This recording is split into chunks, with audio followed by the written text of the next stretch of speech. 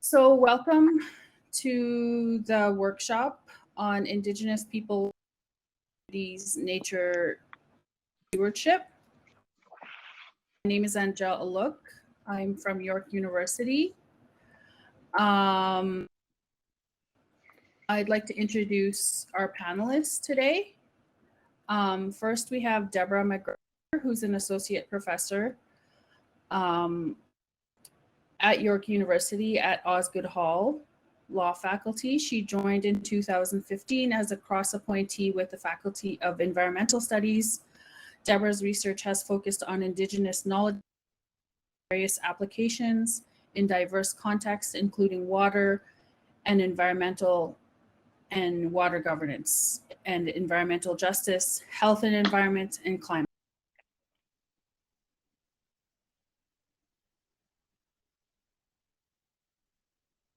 Uh-oh.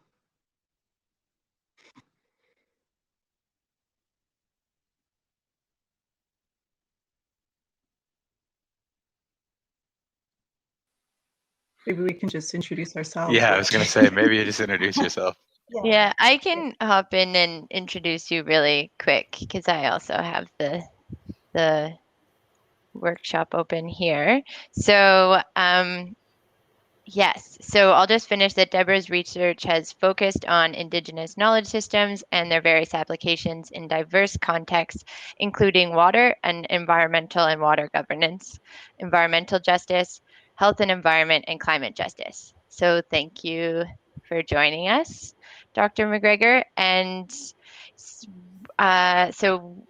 unfortunately, Eugene Nicholas will not be able to attend today.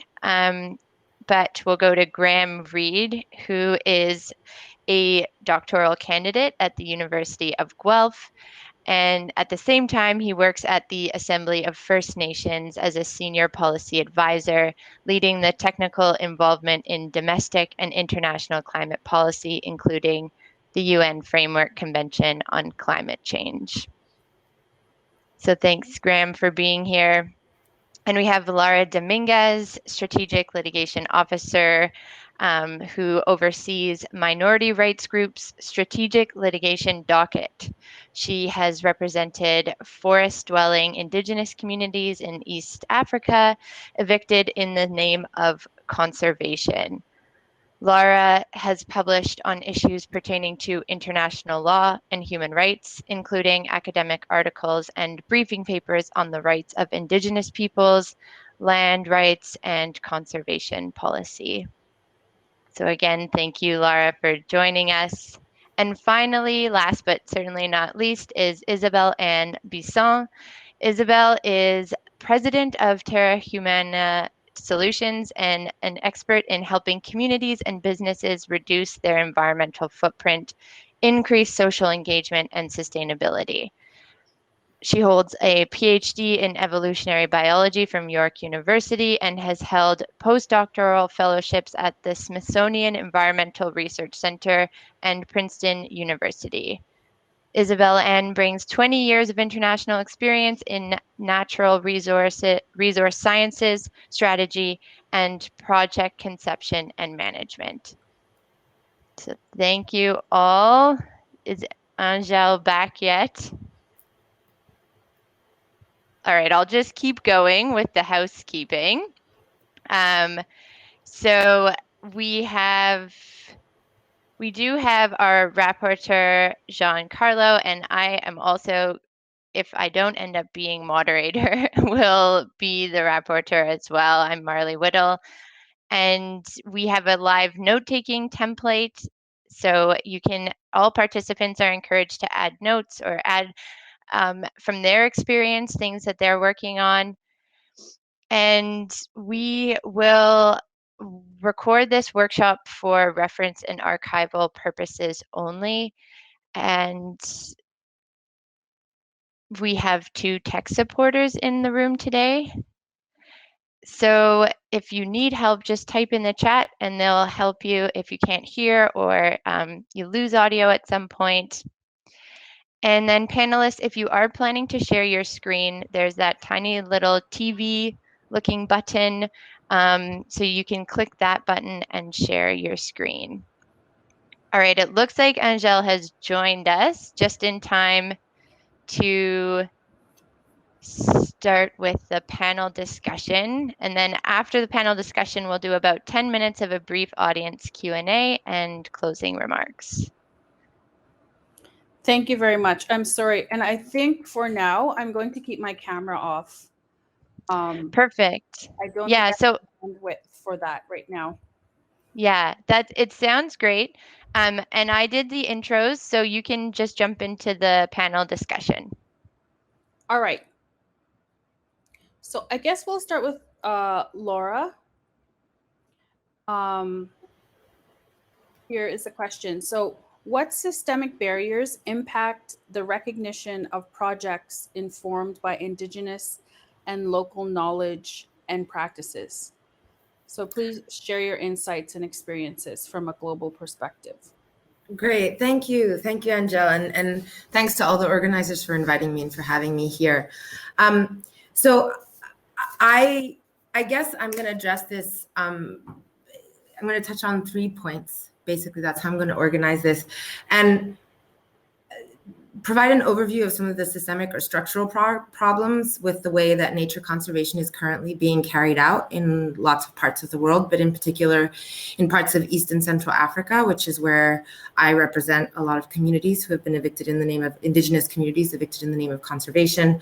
I'm going to briefly touch on the post-2020 global biodiversity framework and some of the problems that I see with the 30 by 30 target as currently being articulated. And then end by sort of emphasizing that there's a need to rethink the underlying assumptions and approaches to nature conservation by placing Indigenous self-determination and recognition of customary tenure rights as the starting point from which everything else emanates. Because until that is sort of the foundational premise of how people are approaching conservation issues on Indigenous lands, that's the only way that some of these structural problems can be redressed and addressed. And really start changing the power dynamics that are at play with how some of these conservation projects are being implemented. So the first part, I'm just going to quickly talk about a basic overview of the failure to adhere to a rights-based approach to conservation and how that's impacted some of the communities that I work with on the ground. So at its core, many conservation projects and global conservation policies fail to adequately respect, protect, and uphold Indigenous peoples and local land-dependent communities' human rights. With Indigenous peoples in particular, as I had mentioned, there are a core set of human rights, protections starting from the right to self-determination, but including the rights to lands, to resources, the right to free, prior, and informed consent. And all of these need to be upheld, even vis-a-vis conservation projects. So even though conservation is a public good, which can be used to justify certain curtailments of rights, ultimately, in this case in particular, because land rights aren't being upheld, like the right to land isn't being respected, upheld, and enforced by states in favor of Indigenous communities, it means that oftentimes their lands are just being taken into state protection or turned into state forest managed areas, and no kind of free, prior, and informed consent is sought, no consultation, eviction without weighing any of the consequences, eviction without thinking about the fact that these are Indigenous peoples and that they have certain rights under international law and that states have obligations to uphold these rights. In East Africa and the Congo Basin, which is where I work, many protected areas are created without adhering to these basic principles. It means that a lot of communities are evicted, and for generations, they've been forced outside of their ancestral lands with the concomitant human rights violations that are associated with that: loss of culture, loss of livelihood, violations to the right to food, health, all kinds of issues are associated with that, with real damages to communities, but also to the environment, because a lot of times Indigenous peoples and the Indigenous groups that are being evicted in the name of conservation also happen to be the communities that have been custodying these lands for generations, and who know those lands the best and know how to care for those lands and safeguard those lands. So I think in addition to that, there is an increasingly militarized approach to conservation and these coercive conservation policies that result in a lot of indigenous members of indigenous communities who are returning to their lands, either to access medicinal plants, basic food, cultural or ritual rites that are being practiced on their ancestral lands, visiting ancestors that have been buried there, etc. They're being intercepted by eco guards who often shoot them on sight. They're being arrested. Oftentimes they're beaten, and it's leading to increasingly conflictive relationships where eco-guards and conservation authorities see all humans, including indigenous peoples and land-dependent local communities that have been living on these lands, as the enemy. And they're being increasingly policed in a very violent and coercive way. And as I said, this is really problematic because these communities are often the ones that best know how to conserve these lands. And I think the other point I would want to highlight is that this system is premised on the ongoing non-recognition of indigenous rights, and in particular their rights to land. That's what sort of facilitates this mode of conservation from continuing to take place. I quickly wanted to talk about the post-2020 global biodiversity framework and some of the problems that are associated with this 30 by 30 target. So as many of you know, there's a post-2020 global biodiversity framework. It includes a target to expand conservation areas to cover 30% of the world and the land and seas. And in part, it foresees sort of the expansion of protected areas, and there's also the inclusion of other effective area-based conservation measures, or OECMs. The primary distinction between a protected area and an OECM is that the protected area must have conservation as the primary objective of the management, whereas OECMs are defined by outcomes rather than objectives. And a good example to sort of illustrate this difference is that it's possible that an indigenous community is protecting a river or mountain or another site because it's considered sacred or of importance to the community, not necessarily for the sake of conservation. So such an area that's being conserved could be seen as an other effective area-based conservation measure and still qualify under the target.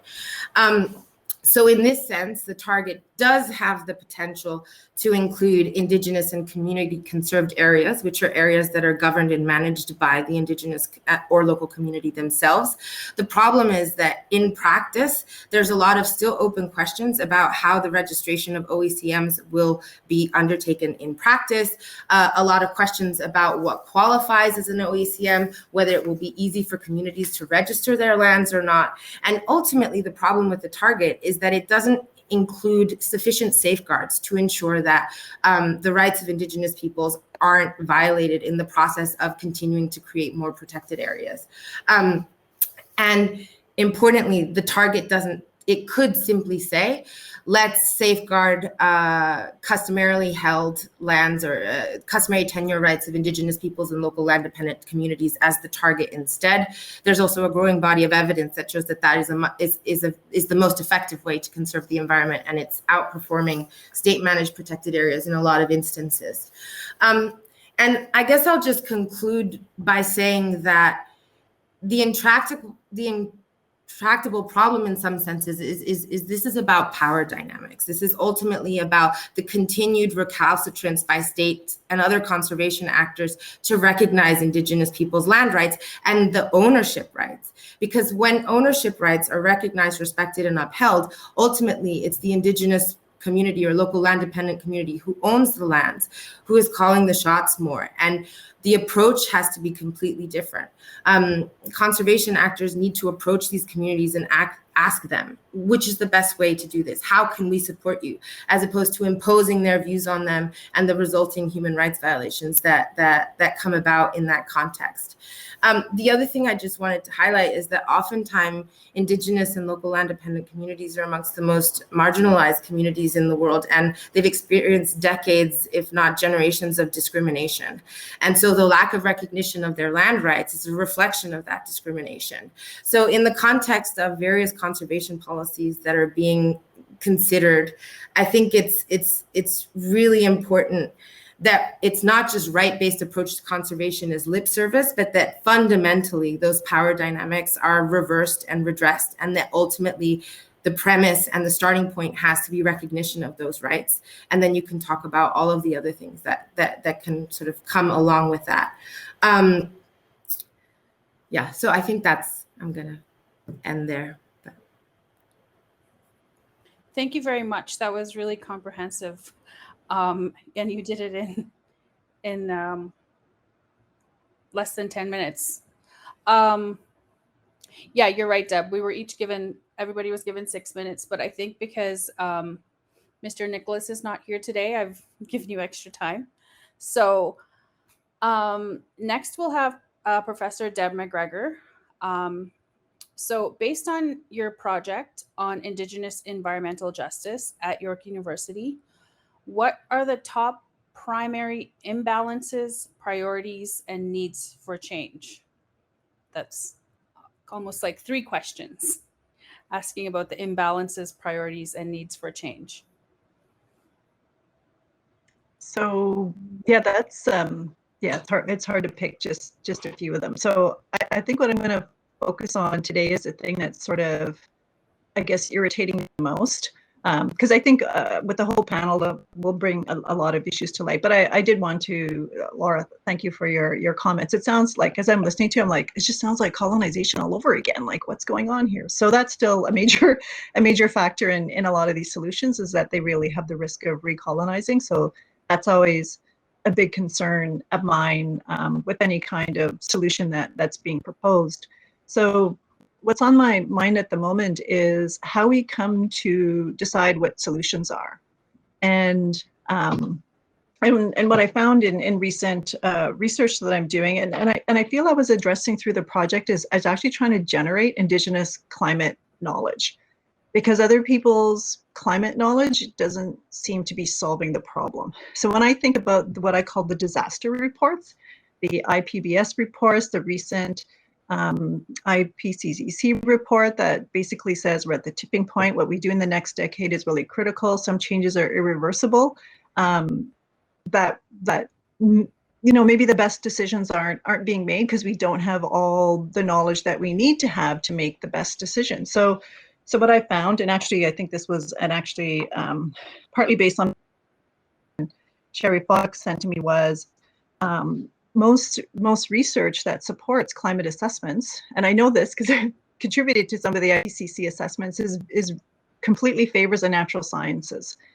And that's fine, because you need to have that. I would never say, oh, don't throw that out, we don't care. Absolutely. And the peer-reviewed literature, which tends to ignore Indigenous knowledge unless it's being studied through other lenses and other theories, and then for other purposes. So that's one of the first problems. And one is this huge imbalance between the natural and social sciences, and the lack of Indigenous knowledge within this. Then there was this other piece that came out by Carbon Brief that people can look at, that spoke to this report that came out of a university whose name escapes me, of the 1,000 top climate scientists in the world. So basically white European men dominated.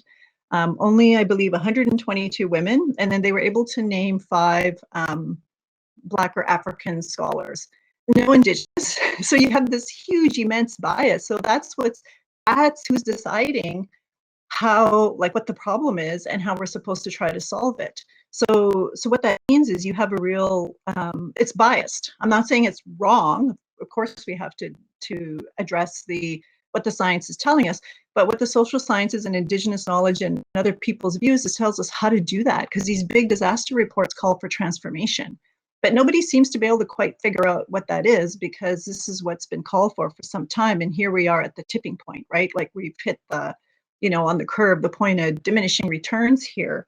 So we need to, so that's a huge problem. And that's what we're dealing with. And people who are going to go to COP, as they're trying to lobby to nation states to make decisions, they're basing it on these climate assessments that are biased. And so that then puts a lot of pressure on Indigenous peoples and others to then do the advocacy work, because you don't have a voice, you're on the outside looking in. So you have to engage in other ways to try to influence the broader scheme of things. So there's these real blind spots, lack of innovation, creative and diverse solutions, because there's such there's such a huge bias in how climate knowledge is being generated.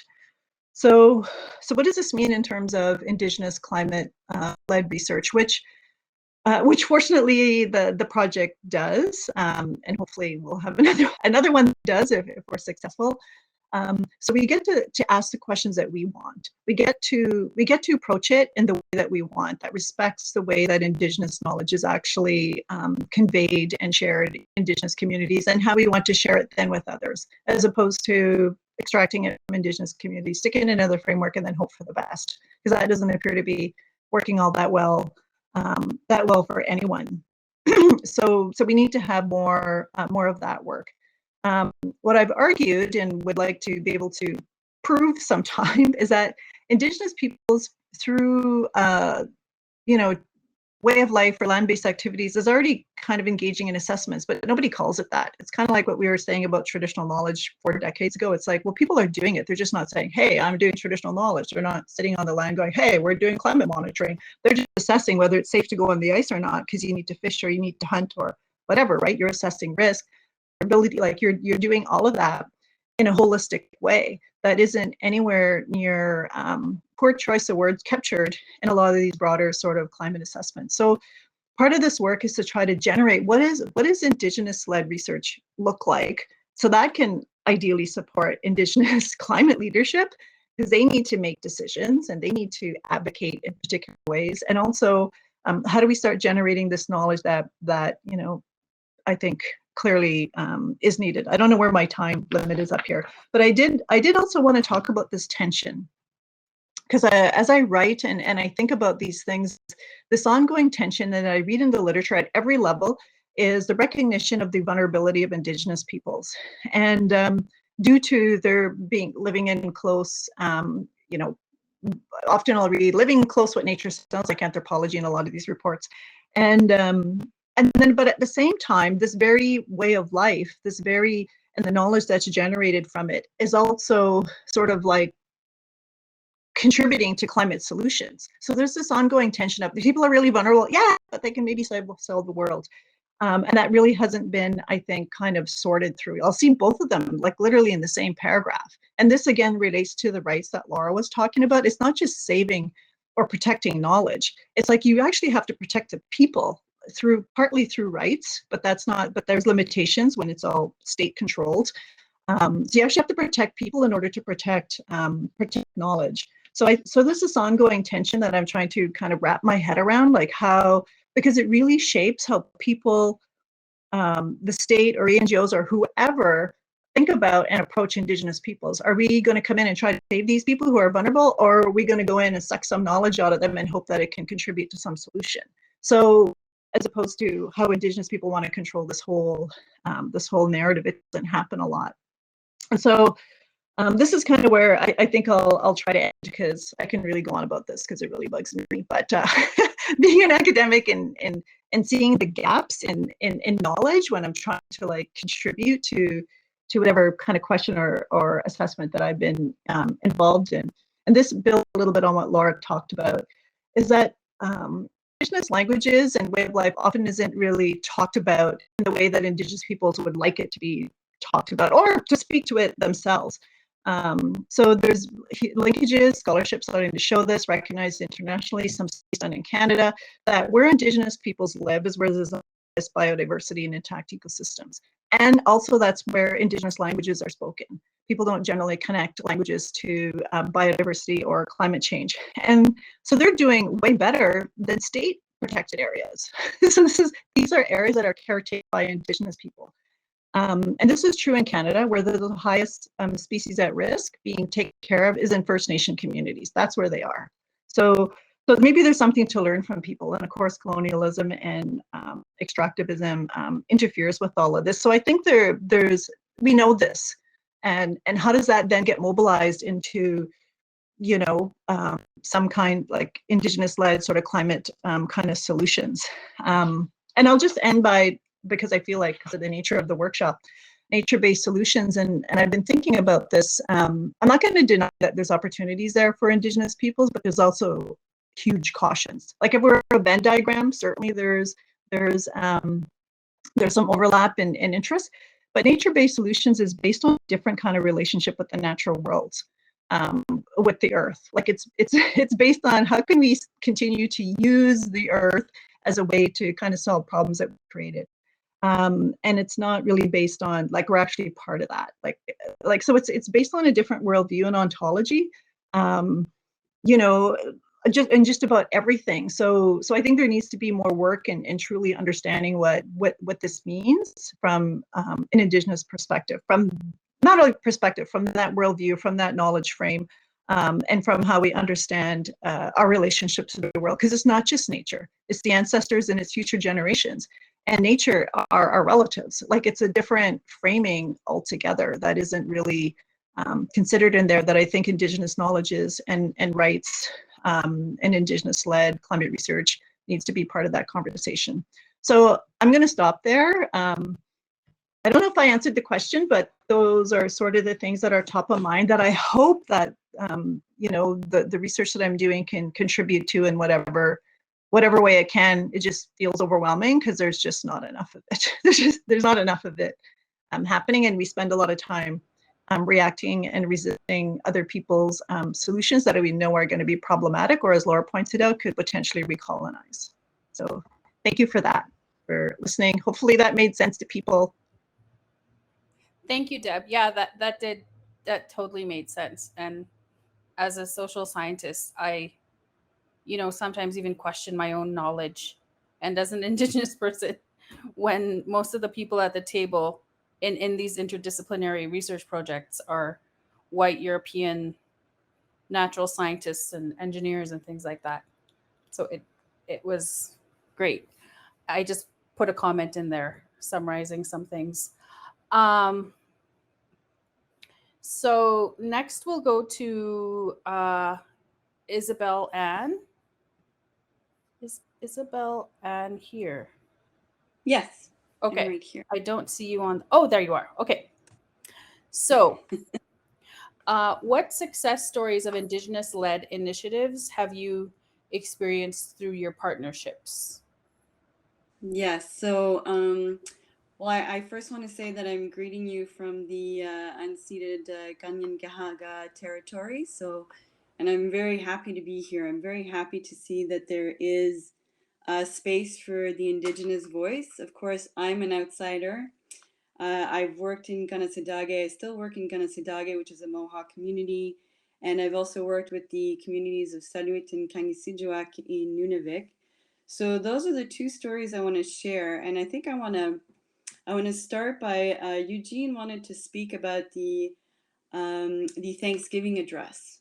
And I think some of you are very familiar with that. I put some notes in the, I'm pointing here because that's my other screen, but there, I put some notes there on what that is exactly, just a very brief overview.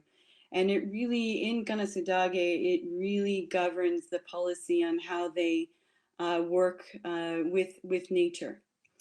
And so we, I'll start with the story of Kanesatake. We started in 2018 where we looked at to the people of Kanesatake to see what was the most concerning for them. And so it comes back to the Thanksgiving address. What kind of signs were they seeing in nature that was showing that there was an issue, and what were the most important issues? So what were the indicators? This study was led by Valerie Gabriel, who is here in essence today. We've been working together for a long time. She's a farmer in Kanesatake.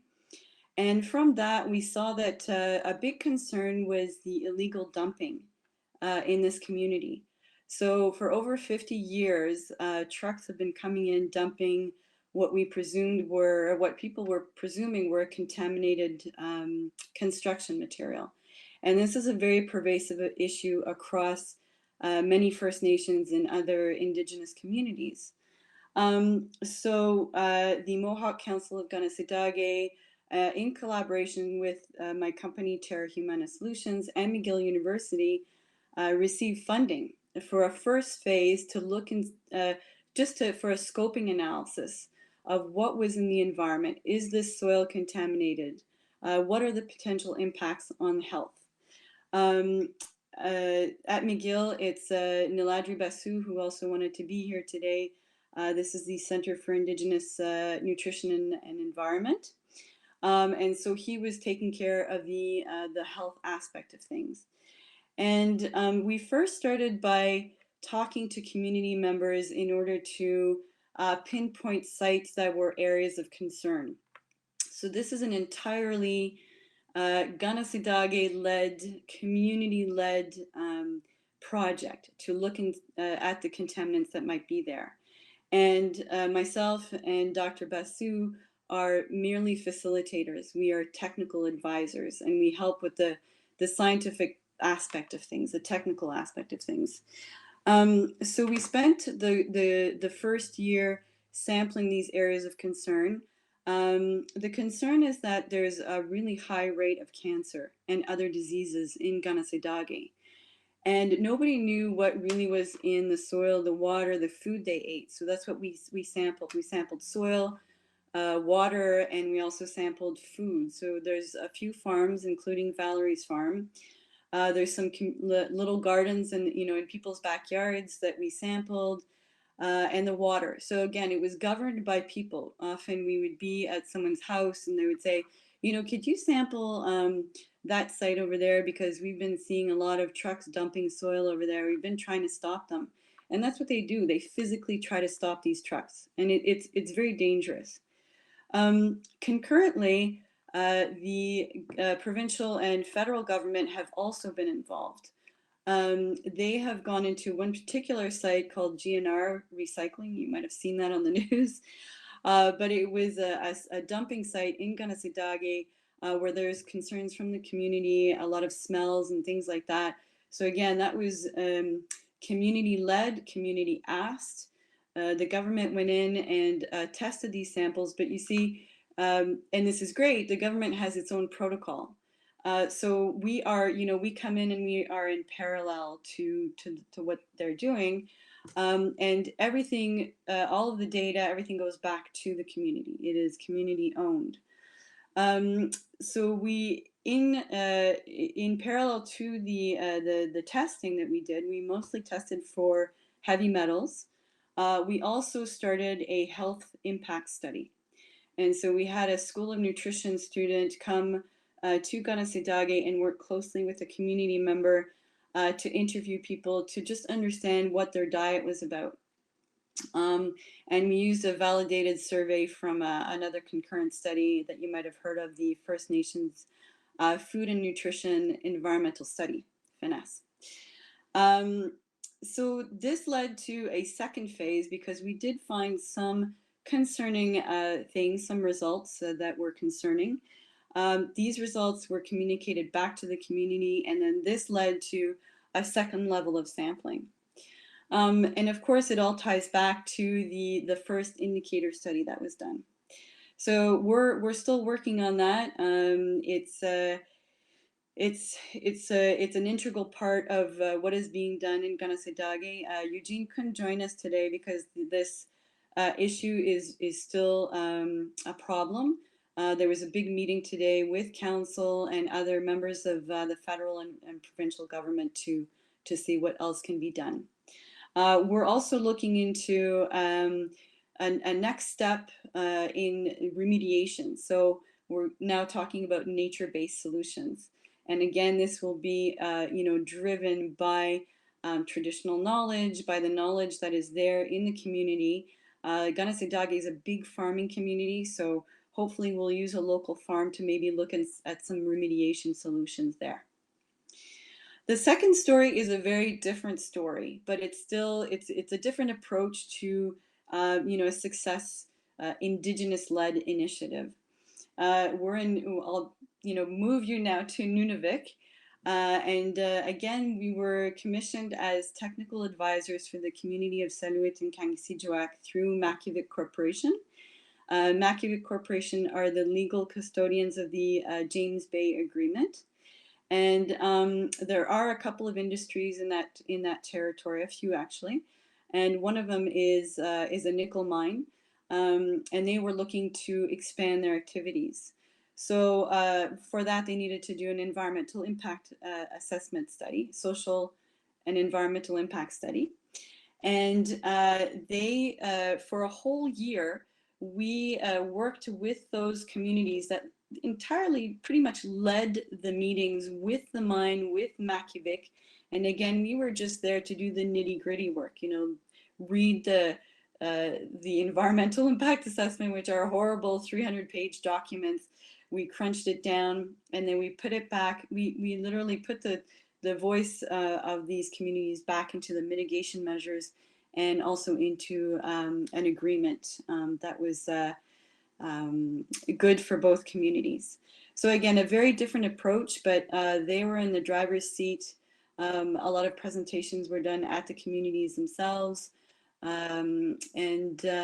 So I'm very happy to see that this is a space in these discussions, and very happy to hear that you know, there's other people working on this, and we'll continue to be working on this. Thank you.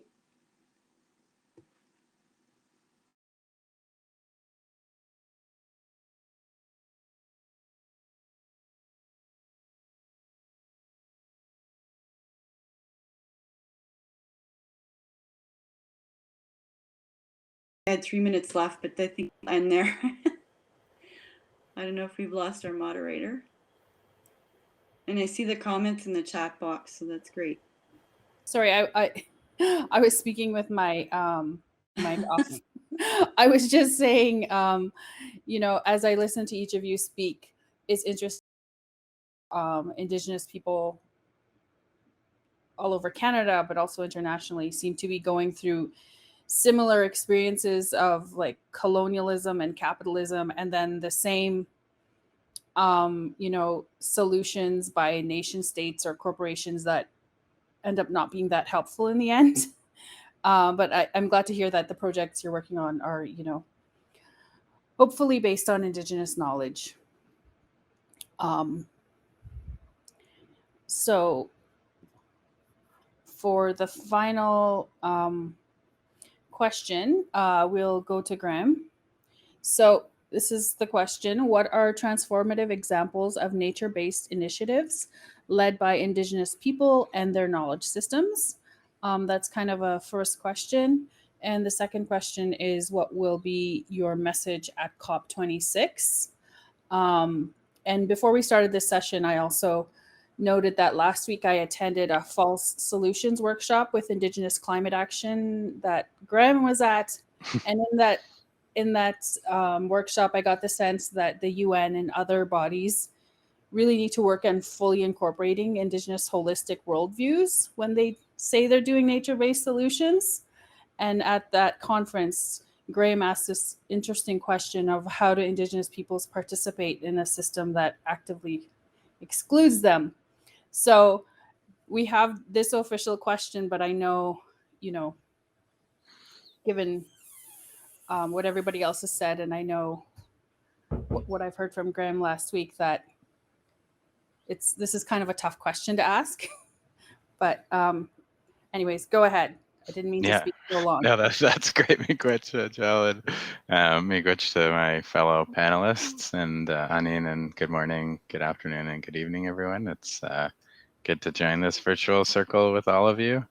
Yeah, I wanted to maybe start by just kind of riffing and supporting some of the points that all three of our speakers provided, and then maybe get into corresponding to those kind of joint questions that were asked. And first, I think to connect maybe Deb's last point to Laura's point, we seem to exist in these systems of solutions and knowledge systems that, you know, predominantly focus on one way of being and relating to the world. And when we think about the, you know, colonial history of conservation that Laura kind of shared in the chat, we also think about the way in which that history upholds the, you know, ongoing desire to separate humans and nature. And when we extend that separation to thinking about nature-based solutions through that ontological paradigm, we seem to create solutions that continue to instrumentalize nature and the world to be for us. And I think it's just interesting to kind of make the linkages between those two things, and really ultimately see how a lot of these intellectual traditions are founded in the same sort of way of being and way of doing. And really the kind of transformative element is very rarely discussed in the context of, how do we shift balance? How do we understand and unpack the histories and current legacies of colonization, extractivism, and in Isabel Ann's case, environmental racism, that seem to, face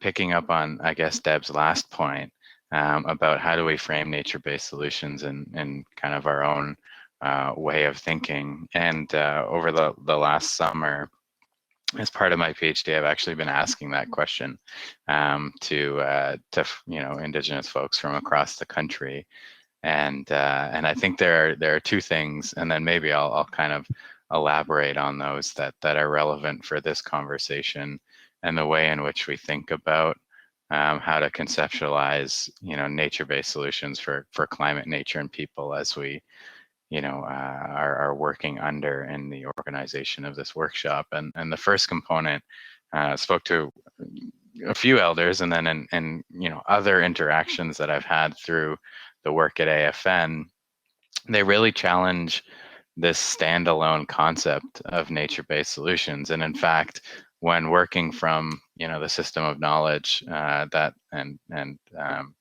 way of being that Deb talked about, all solutions are nature-based, and part of that is really through the recognition of this relationship between humans, more than humans, our ancestors, the spirits, all of creation around us. And so, it's interesting in a frame of transformation when actually we're thinking about reconnection. And I guess my second point really connects back to some of the work that actually the AFN Yukon is doing with a climate action fellowship with about 20 First Nations youth from across the territory.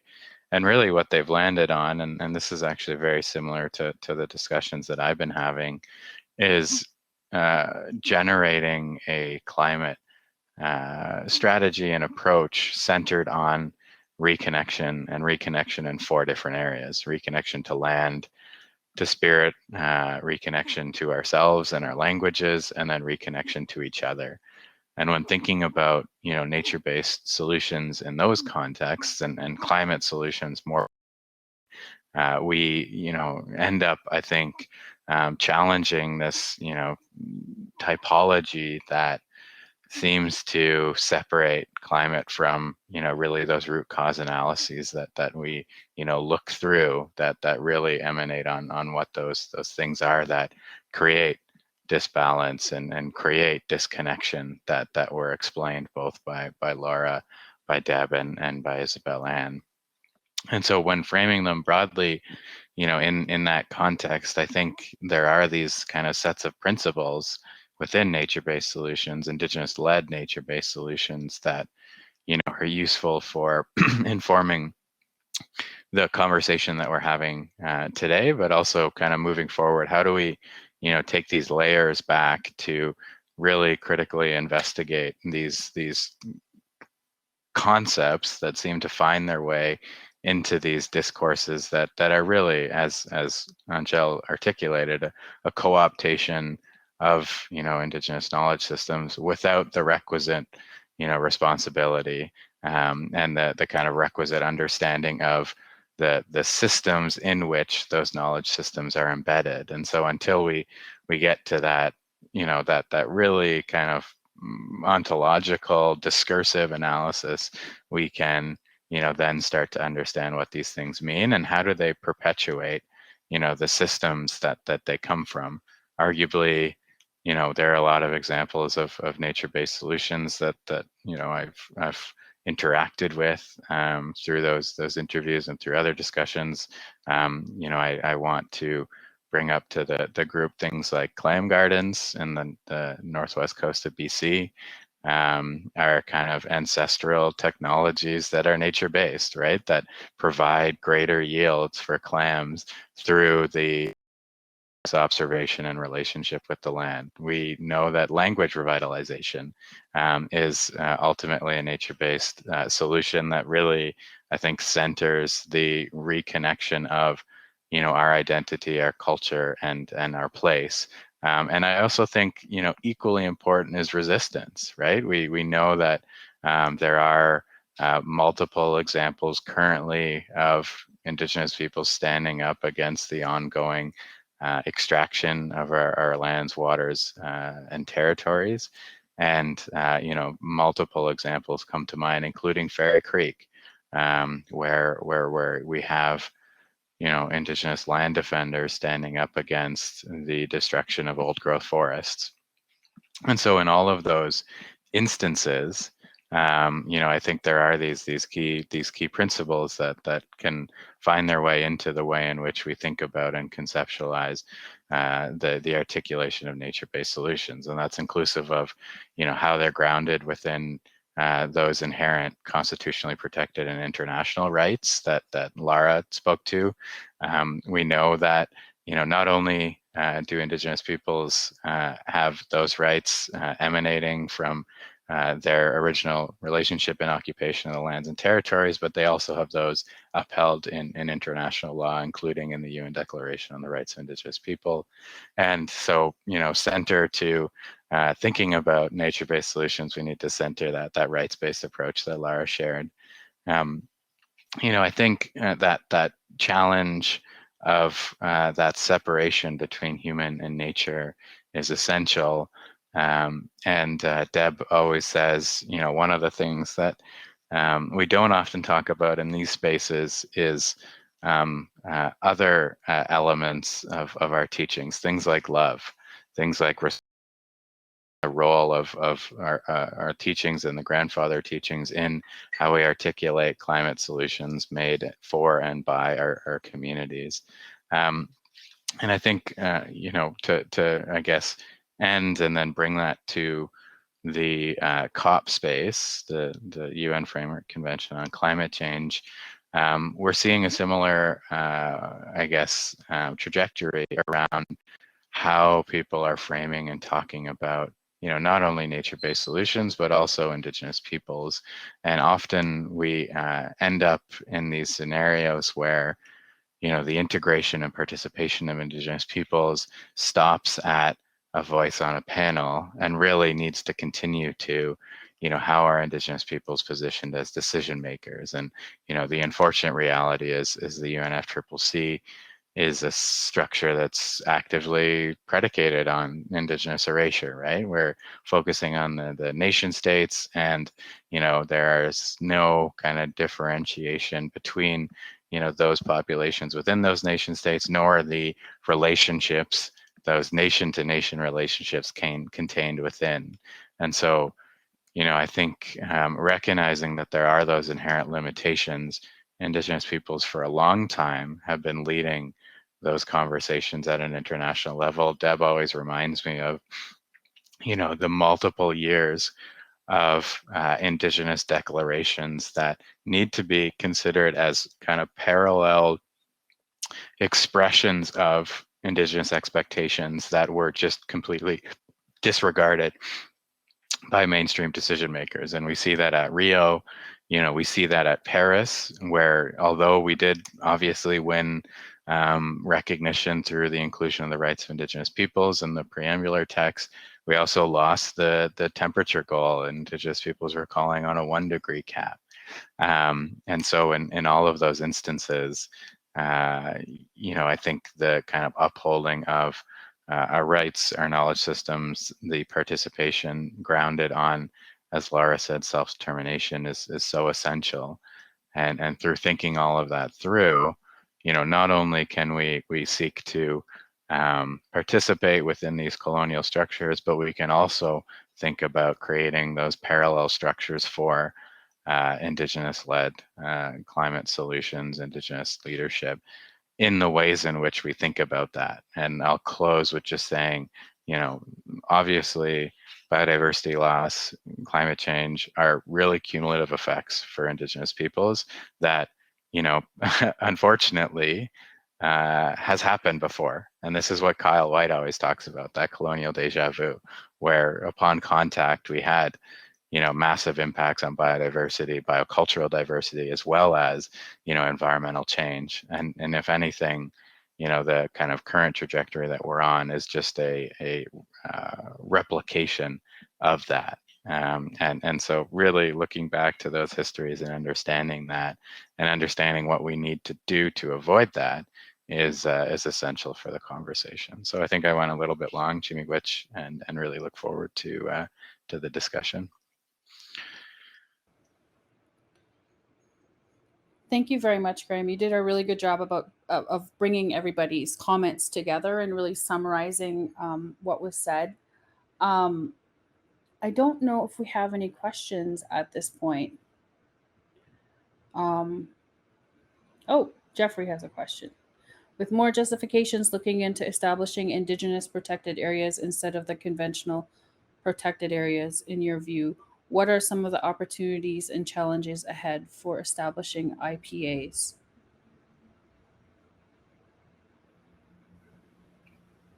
Can I make one comment?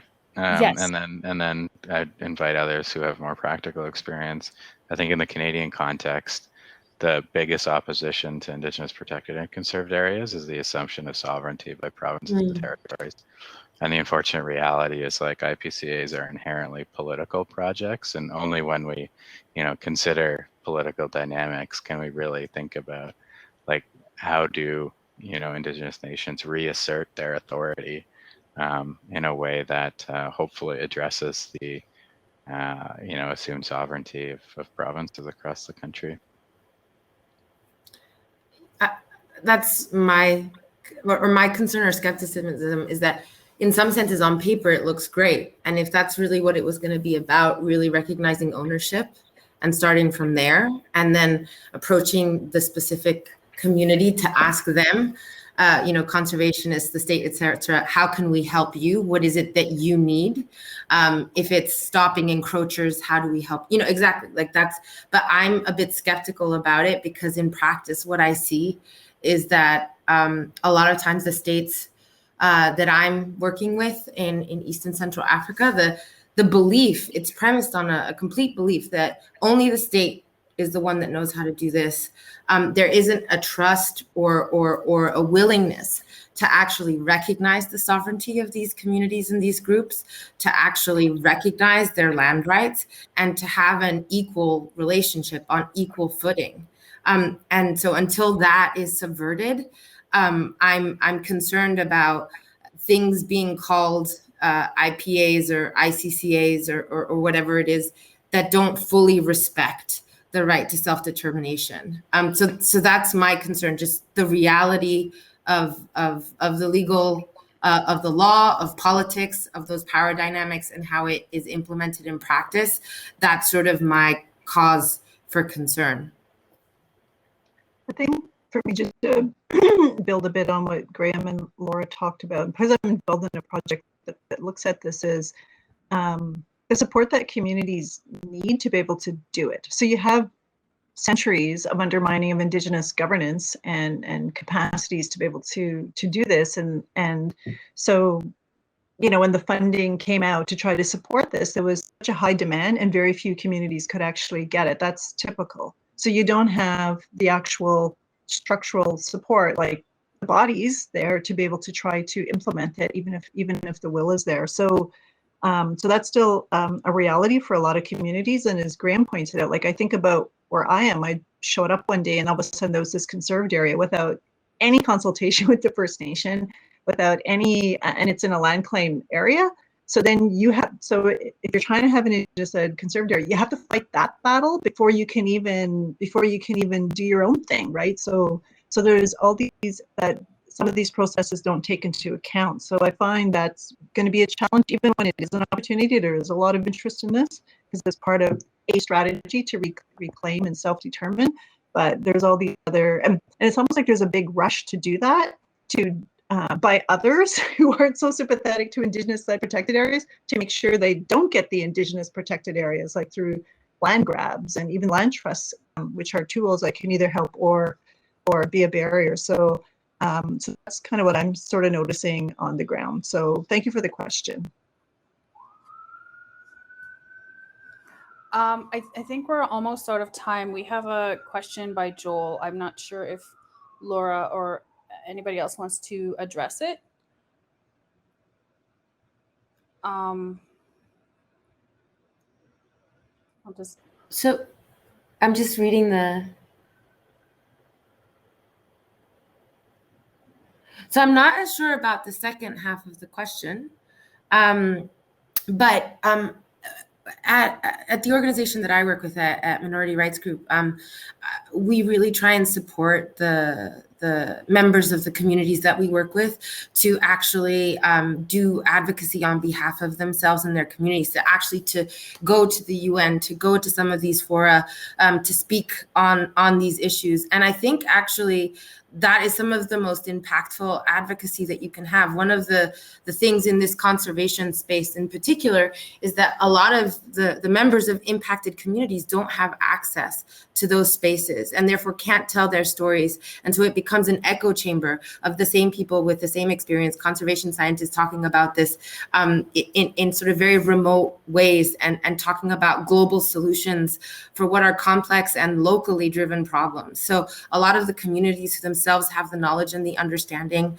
aren't part of these fora. So I do think that participation in that regard, I have found to be one of the most effective at any of these panels or discussions when I go to or advocacy events, actually having members of those communities being able to speak. So in the COVID situation, it's been easier because of virtual attendance, but in a lot of these communities are very remote and even internet access is difficult. And so I think that's one step.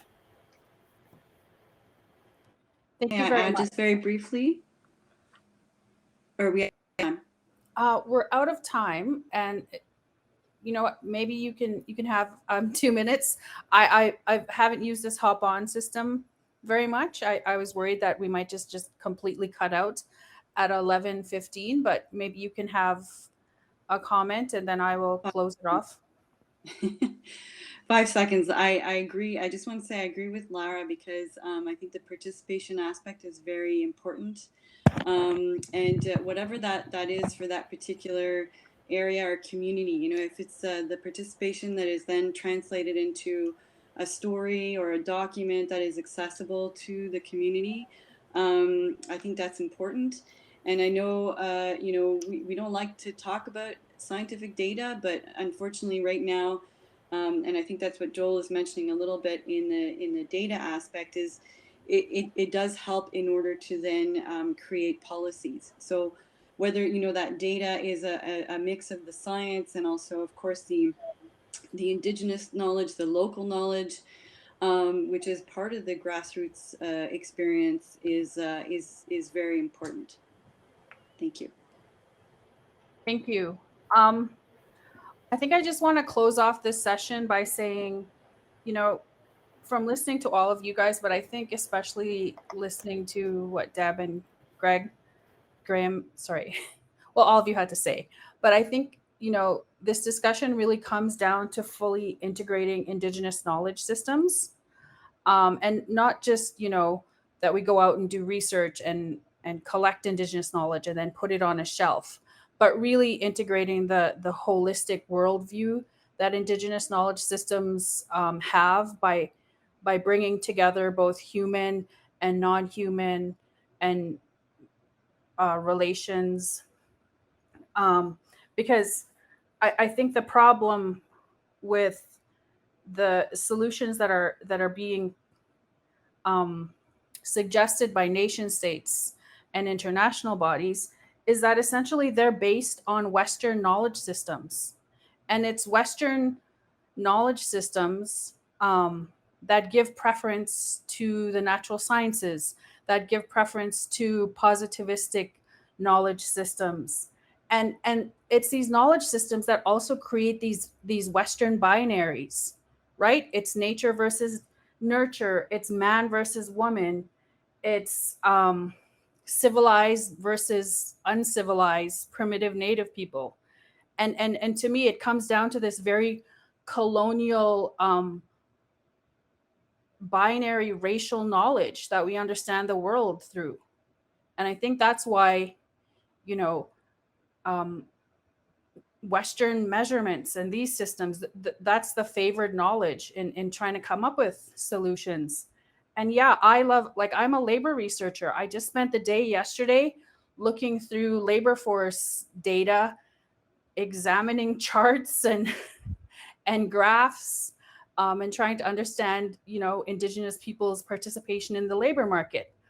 But really, for me, my understanding of work and labor has to do with Indigenous livelihoods on the land and how those livelihoods were communal based and not based on patriarchal colonial systems. So I think, you are all correct in suggesting we need to really fully integrate these systems of Indigenous knowledge. And I'm very thankful for this discussion. It's very motivating, but also it's very jarring. Like, it's not enough is being done, and it's pretty obvious to all of us. So I didn't mean to go on a rant at the end. That was not my intention. But I just, I'm going off of what you've all said. So thank you very much for being here today. Miigwech, I don't know if anybody else wants to say anything. Hi, I'm here in Anishinaabe territory, so I'm using that way to say thank you. Yeah, so I guess we'll close off the session, and if you want to come back to the main stage at 11:30 to report back, feel free to. If you have a full day ahead of you and can't report back, that's fine. I will be there to report back.